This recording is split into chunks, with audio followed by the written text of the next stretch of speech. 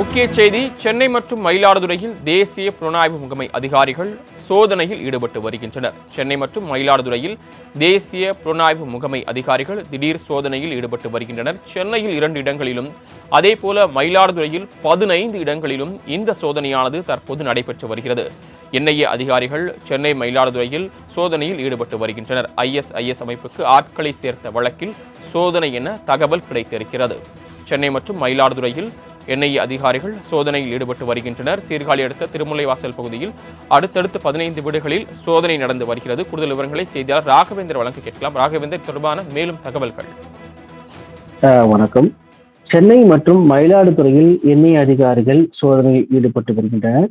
ISIS அமைப்புக்கு ஆதரவு திரட்டியதாக இந்த சோதனையானது நடைபெற்று வருவதாக முதற்கட்ட தகவலானது தற்போது தெரிய வந்திருக்கிறது.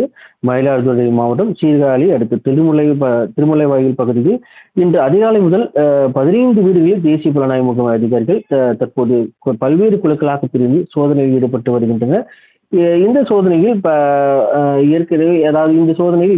ஏதாவது டிஜிட்டல் ஆவணங்கள் ஆவணங்கள் இருக்கிறதா என்ற கோணத்தில் தற்போது சோதனையானது நடைபெற்று வருவதாகவும் இந்த 15 வீடுகளில் இருக்கக்கூடிய முக்கிய நபர்களின் விசாரணையானது நடைபெற்று வருவதாகவும் என்ஐஏ அதிகாரிகள் தரப்பில் தெரிவிக்கப்பட்டது.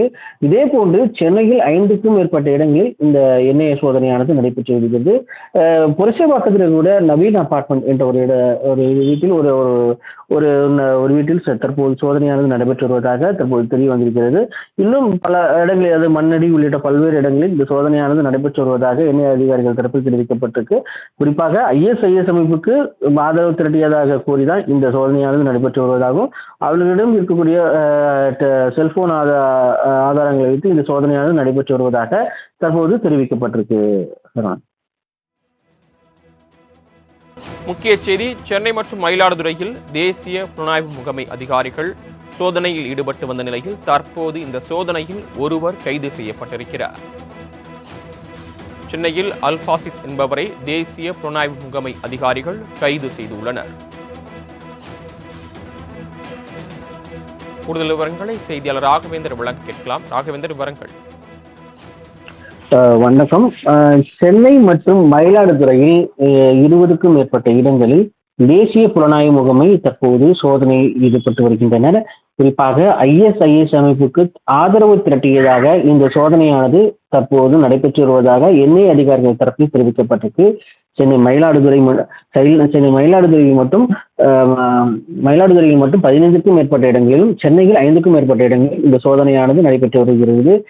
சென்னையில் புரட்சிவாக்கம், மண்ணடி உள்ளிட்ட பகுதிகளில் இந்த சோதனையானது நடைபெற்று வருவதாக தெரிவிக்கப்பட்டிருக்கு.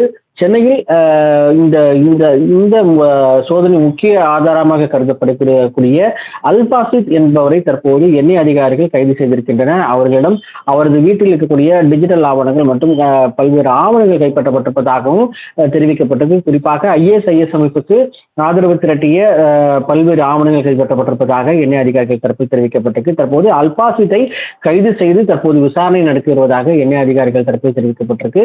இது மட்டுமில்லாமல் மயிலாடுதுறையும் சில கைதுகள் நடவடிக்கைகள் இருக்கலாம் என்றும் என்ஐஏ அதிகாரிகள் தரப்பில் தெரிவிக்கப்பட்டிருக்கிறார்.